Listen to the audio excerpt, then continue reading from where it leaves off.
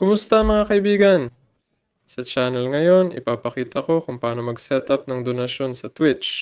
Punta tayo sa Google, tapos i-type ang Streamlabs. Mag-login tayo. Dito, piliin natin ang Twitch at ilagay ang ating datos.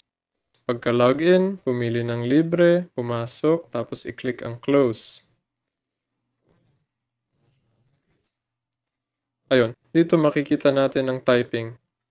I-link natin ang account, pwede rin PayPal. Pagkatapos mag-link, balik tayo sa Streamlabs. Dito, nakalink na ang ating PayPal account. I-click natin ang next. Dito pwede nating i-customize ang donation page. I-click ang link, i-paste, tapos i-set up ang donasyon.